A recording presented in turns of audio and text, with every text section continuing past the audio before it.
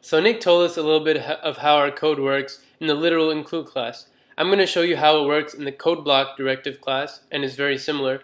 After that, we'll take a look at a few examples to see our code in action, and finally I'll show you our pull requests and our commits to our online repositories.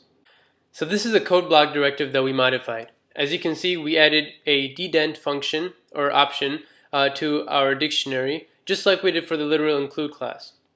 We also specified what it did underneath, and as you can see, it's extremely similar to how we modified the literal include class. However, there's one major difference. For the literal include class, we had an array of lines already given to us by the developers of Sphinx. So that was really easy for us to iterate through the array and simply strip out how many characters we needed from the beginning of each line. So we realized that we probably would want to have an array again for the code block directive to do the same thing. Just iterate through every line and delete an X amount of characters from the beginning of each line. So what we did was we used the split function to split the chunk of text that we had at each new line character. So that made for us an array, and each element of the array was a line of the code. So we used this array and we iterated the exact same for loop on it with the same exact if and else statement to check for whether the length of each line was greater than the amount of characters specified by the user. And the name of the array was different, but really what we did with the array was exactly the same.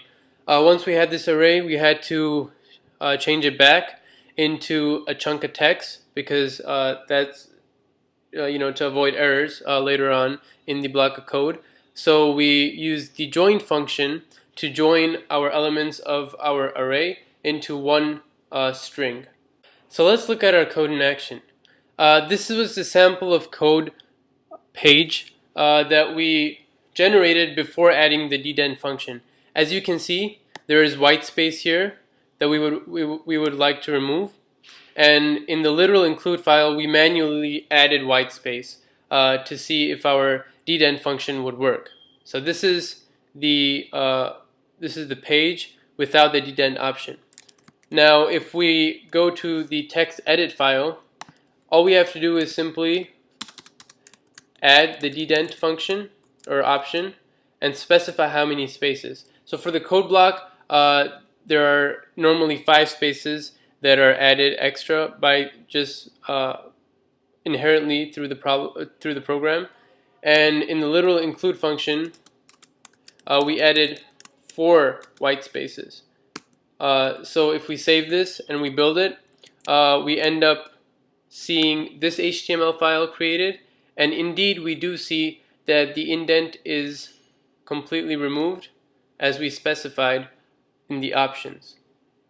I would like to again reiterate that we manually added the white space for the literal include function because we had to test whether the dedent function was working. However, for the code block, the white space was automatically there when we specified line numbers, and it was not there when we didn't have line numbers. So either way, the code worked, whether we manually added the white space in the case of the literal include, or we simply tried taking out the white space that was there by the program in the code block directive. I would like to just briefly show our commit to our GitHub repository. As we can see, the dedent function has been added. The code is there for the code block, and similarly for the literal include function or class, and the code block is or the code is there as well to specify what the option is doing. Now if you go into our Bitbucket repository, we can see that we have submitted a pull request and it is being reviewed.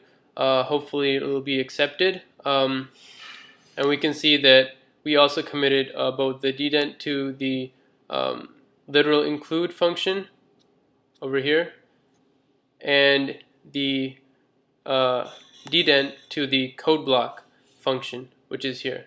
So we submitted the pull request and we're waiting for it to get approved. Now I will hand it over to Curtis to wrap up our project.